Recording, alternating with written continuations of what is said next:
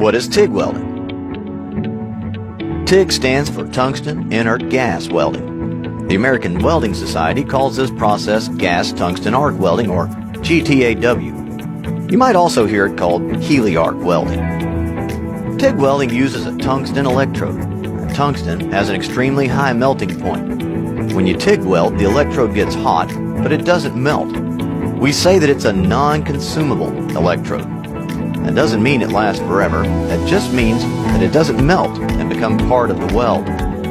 You see, in a lot of other welding processes, the electrode melts and becomes filler metal.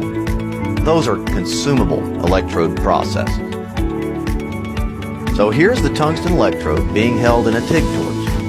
The electrode slips into a collet, and the collet tightens up against the collet body. You can adjust the length that the electrode sticks out of the holder by loosening up the end cap. When you tighten the end cap, the collet clamps down on the electrode. TIG works by melting the base metal, and that is the metal that makes up the two pieces that are to be joined.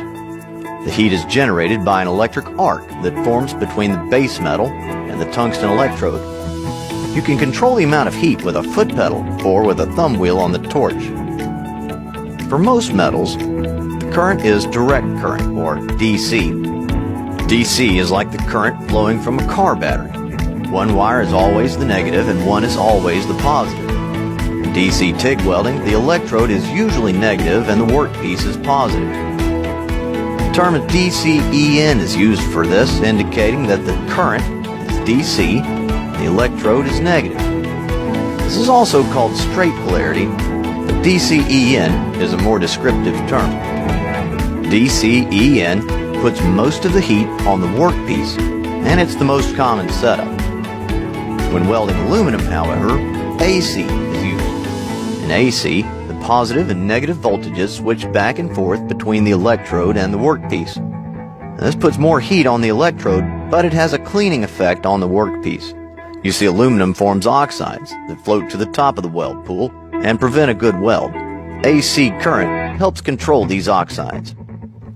In an electric circuit, the current flows in a loop.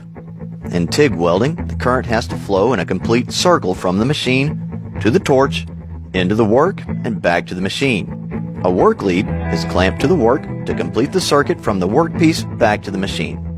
Now, you can TIG weld with or without filler metal, and that's not a choice you have in a lot of other processes. If you want to add filler metal to a TIG weld, use a filler rod, which is just a rod of metal with a specific alloy. You want to make sure that the filler metal you're using is compatible with the base metal and that it has the strength required to do the job. In TIG welding, the molten metal is protected by a shielding gas. This gas, usually argon and sometimes helium or other gases, keeps the molten metal from reacting with oxygen, water vapor in the atmosphere. This shielding gas is stored in high-pressure cylinders like these. The pressure is reduced to a usable level by a device called a regulator. The shielding gas flows through a hose and comes out right at the point of the weld. So in summary, TIG welding is an electric arc welding process, uses a non-consumable tungsten electrode, the filler metal is added separately in the form of filler rod, and the shielding gas comes from a high-pressure cylinder.